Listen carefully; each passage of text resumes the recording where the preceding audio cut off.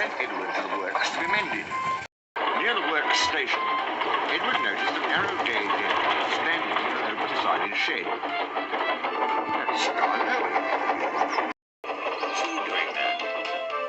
He remembered skarloey and his brother Willie, because in the old days he had often brought passengers who wanted to travel up to the lake in their little train. As the men at the works could not mend him at once, Edward asked them to put him on a siding close to skarloey.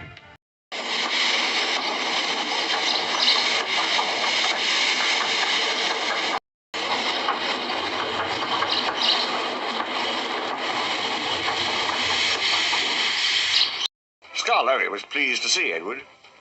The owner has just bought 2 more engines, he said. He told me I was a very old engine and deserved a good rest. He gave me this shed so that I could see everything and not be lonely. But I am lonely all the same, he continued sadly. I miss Renius very much. Yesterday, one of the new engines pushed him on a truck, and now he's gone to be mended. I wish I could be mended too, and pull coaches again. Have your coaches got names? Asked Edward. Oh, yes. There's Agnes, Ruth, Jemima, Lucy and Beatrice. Agnes is proud. She has cushions for first-class passengers.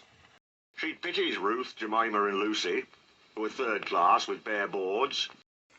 But they all 4 sniff at Beatrice. Beatrice often smells of fish and cheese.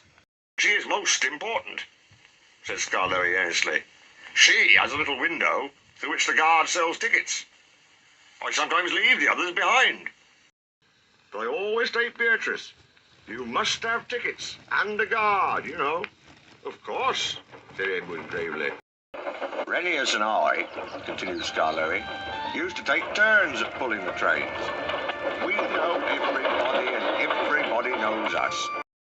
We whistle to the people in the fields, at level crossings, and in lonely cottages and farms, and the people always wave to us. We love passing the school playgrounds at break time, and then the children will always run over to the fence to watch us go by. The passengers always wave, because they think the children are waving to them. But we engines know better, of course, said Skarloey importantly. Yes, we do indeed, agreed Edward. We take your tourists to the lake, and then get ready to pull the train back.